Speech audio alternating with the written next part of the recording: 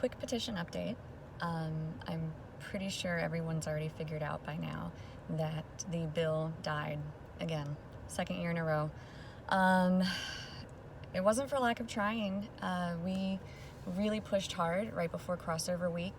I know a lot of you guys sent in emails and made phone calls, and I really am grateful for that. Thank you so much.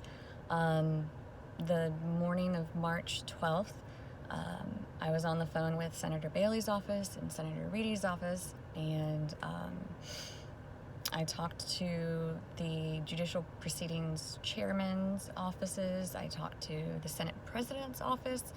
I had Scott Taylor with WJLA making phone calls, so it wasn't for lack of trying. I was really optimistic. I was really hopeful. I thought we were going to get it passed this year. I really did.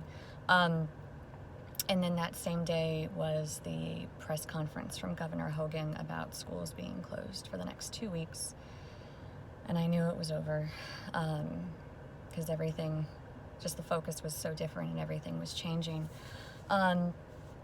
So now we have to wait a whole nother year.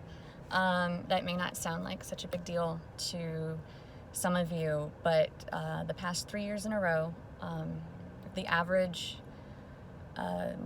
number of convicted offenders, people convicted of sexually abusing a minor in the state of Maryland, has been 170. There's been 170 on average each year. It's probably going to be more this year. There's actually a lot of studies out right now that are saying that kids are more likely to be abused at this time when they are holed up in their homes with their unsafe people, which is devastating. But at a minimum, look at it based on the average and just assume that over the next year there will be another 170 offenders convicted of hurting a child in this way, and they'll only be given 5 years probation. And it's just completely insufficient. It's not enough. So we really have to get it passed next year, or we have the same, each year is just risking too much. So, for now, there's not a whole lot that can be done. I'm back in family court again next month, because it never ends. It never goes away. And it's because I'm living it that I realize why we need to do this. It feels like failure to not have it passed this year, but I'm trying not to look at it in that way. I'm trying to just realize it means that there's more work to do. We're just not done.